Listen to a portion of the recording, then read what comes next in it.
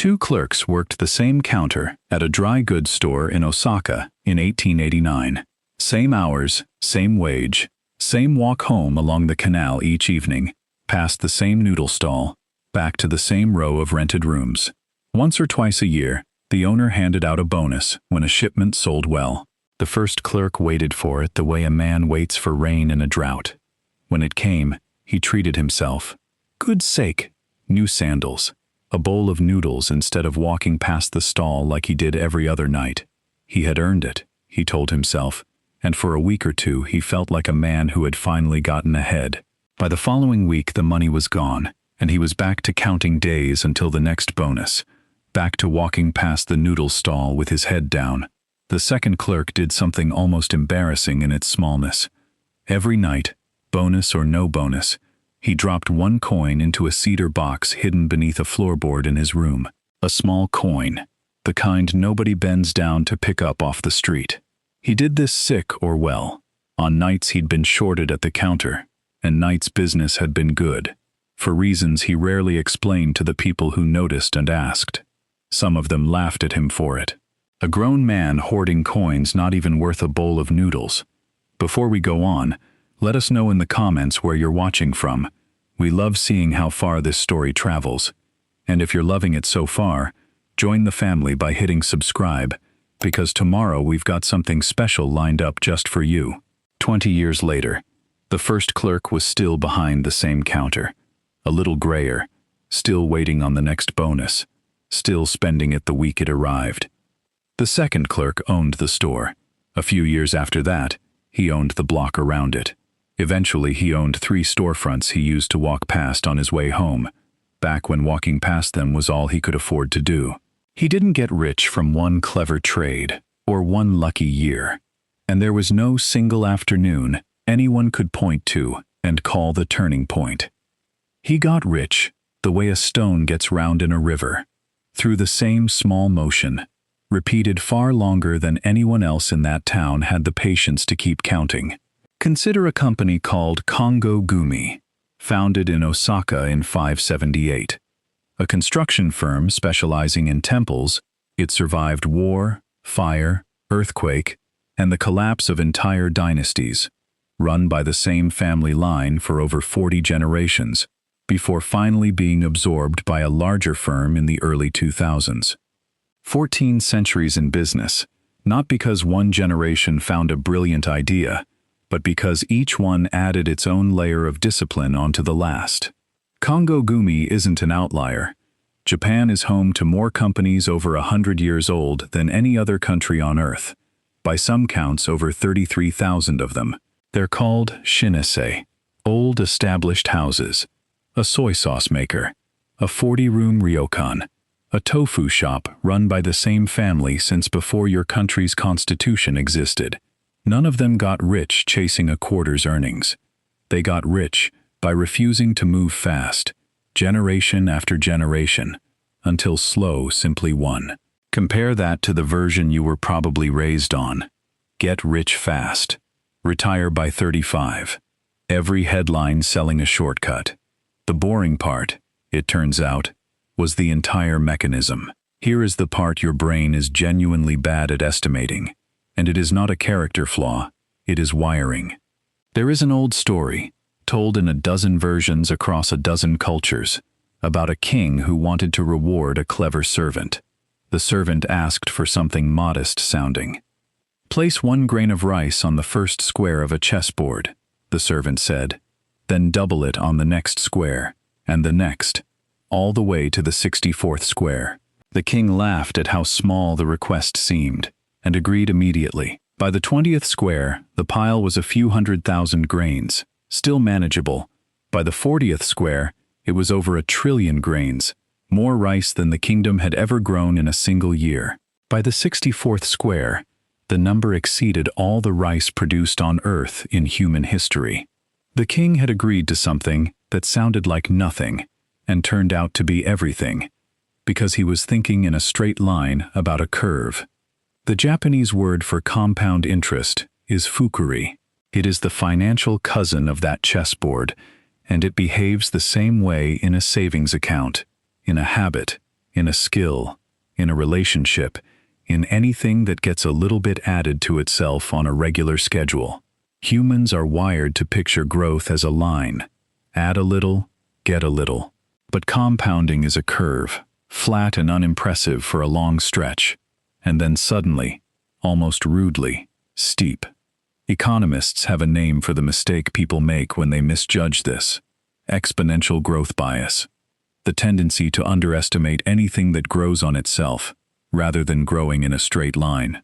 It explains why so many people quit a savings habit in year 2, right before year 7 is where the curve would have started to bend upward and reward them for staying.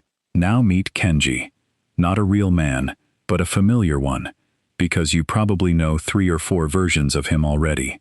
Kenji worked in a distribution warehouse outside Yokohama, moving pallets for a wage that covered rent, food, and very little else. At 26, after watching a video that promised financial freedom in 90 days, he decided to fix his entire financial life in one weekend. He opened a spreadsheet with 14 tabs. He set a goal to save half his income starting Monday.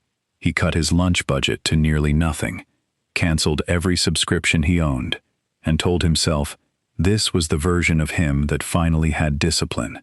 By Thursday of week 1, he had already broken the plan twice, once buying lunch out of sheer hunger, and once buying a video game out of sheer exhaustion. By the following Monday, the spreadsheet sat unopened.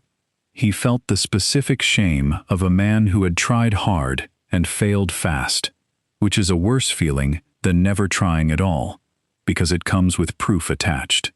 6 months later, an older coworker named Sato noticed Kenji complaining about money during a break and said something that annoyed him at the time. Sato said he was not interested in Kenji's 14-tab spreadsheet. He was interested in what Kenji could do today, in the next 10 minutes, without needing motivation to still be present tomorrow. So Kenji tried something almost insulting in its smallness. He committed to saving 1% of each paycheck, not 50%. 1. An amount so small it did not require willpower, only a standing bank transfer he could set up once and never think about again. Alongside it, he kept a small paper notebook, nothing fancy, and wrote down one line each night, a single sentence about where his money had actually gone that day. Not a full ledger, just enough friction to notice. Preparing and narrating this story took us a lot of time, so if you are enjoying it, subscribe to our channel. It means a lot to us. Now back to the story. The first month felt pointless. 1% of very little is almost nothing, and he said as much to Sato, who shrugged and told him to give it a year, before deciding it was pointless. By month 4, Kenji noticed something he had not expected. Writing one line a night had made him start noticing his own patterns without trying to.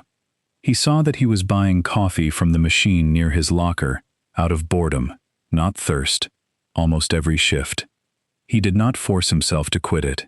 He simply raised his automatic savings from 1% to 2%, since the coffee habit alone covered the difference easily. By month 9, 2% became 3%, not through a New Year's resolution or a burst of motivation, but because each small win made the next one feel obvious rather than heroic. He was not fighting himself anymore.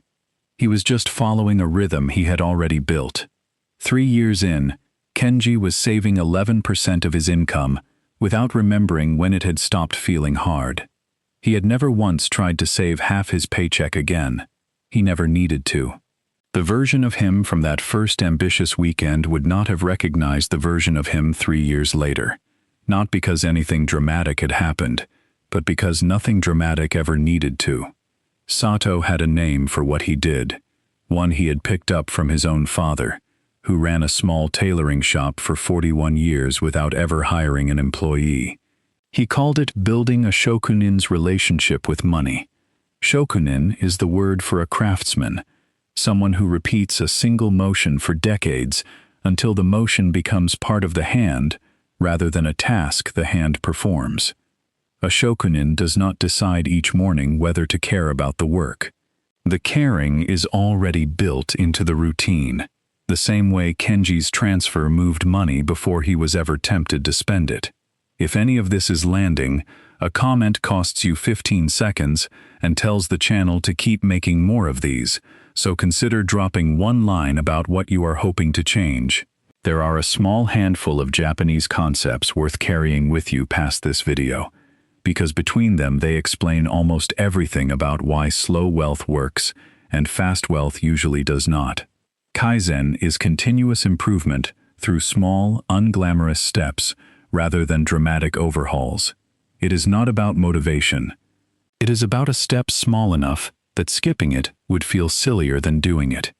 Fukuri is compound interest, the curve that looks like nothing for years and then suddenly does not.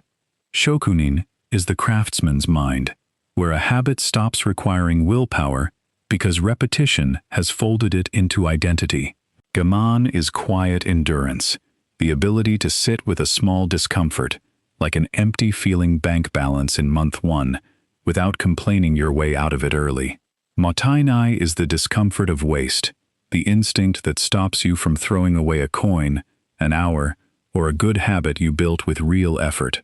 None of these 5 ideas require you to be Japanese, wealthy, or disciplined by nature. They require you to be willing to do something small on a schedule and let the schedule do the heavy lifting your motivation was never going to sustain on its own. Here's a 7-day version of it, in case a plan helps more than a philosophy. On day 1, calculate 1% of your next paycheck and set up an automatic transfer for that exact amount, nothing more. Not 5%, because it sounds more serious. Not whatever's left over at the end of the month, because there is rarely anything left over at the end of the month. 1% moved the moment the paycheck lands, before you have a chance to talk yourself out of it. On day 2, buy a small notebook, or open a blank note on your phone, and write 1 sentence about where your money went that day. Not a full accounting, not categories and totals, just 1 honest sentence. The kind you'd tell a friend if they asked what you spent on today. On day 3, find 1 small recurring expense you barely notice. The way Kenji noticed the coffee machine sitting unused in the corner of his kitchen while he bought a cup every morning on the way to work. Simply observe it.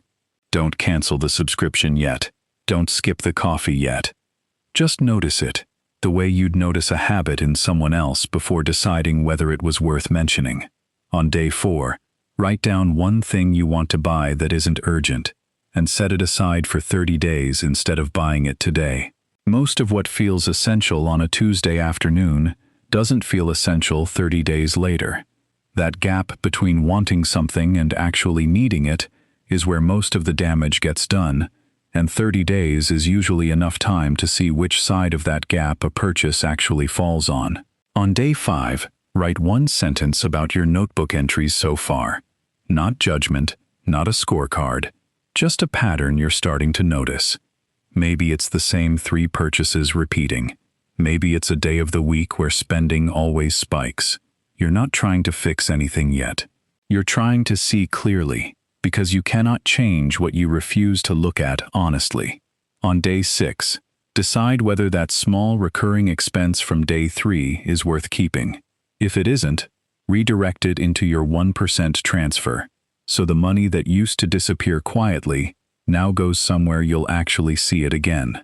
On day 7, write down the new percentage you're saving, however small, and leave it alone for a month. Don't check it every few days. Don't adjust it because the number looks unimpressive sitting there next to your other accounts. Let it sit exactly where you put it, the same way that cedar box sat under a floorboard in Osaka for 20 years, without anyone deciding it needed to grow faster. None of this will make you rich by next Friday. That was never the offer, and anyone telling you otherwise is selling something. The offer was a curve that looks unimpressive for a long while, and then quietly stops looking that way. The same curve that turned a coin a night into 3 storefronts, a construction crew in Osaka into a business that outlived empires, a clerk nobody envied into the man who eventually owned the block he used to walk past with his head down. The hard part was never understanding the idea. Everyone understands the idea within about 30 seconds of hearing it. The hard part is doing something this small for long enough that it stops feeling like discipline and starts feeling like simply how you live. That shift, when it finally happens, is the whole game. Before it, saving feels like a sacrifice you're making every single day. After it, spending feels like the thing that would actually require effort and explanation. So tell me honestly, in the comments, what's the 1% you're willing to start tonight? Not the 50% plan you'll abandon by Thursday out of sheer exhaustion. The small, almost embarrassing amount you could actually keep doing for the next 3 years, without noticing the effort. Name it below, and then go set up the transfer before you close this tab. That's the story, for now. If you found it worth your time, subscribing and hitting the bell costs you nothing, and helps more than you'd think. Another one's coming tomorrow. Thanks for watching.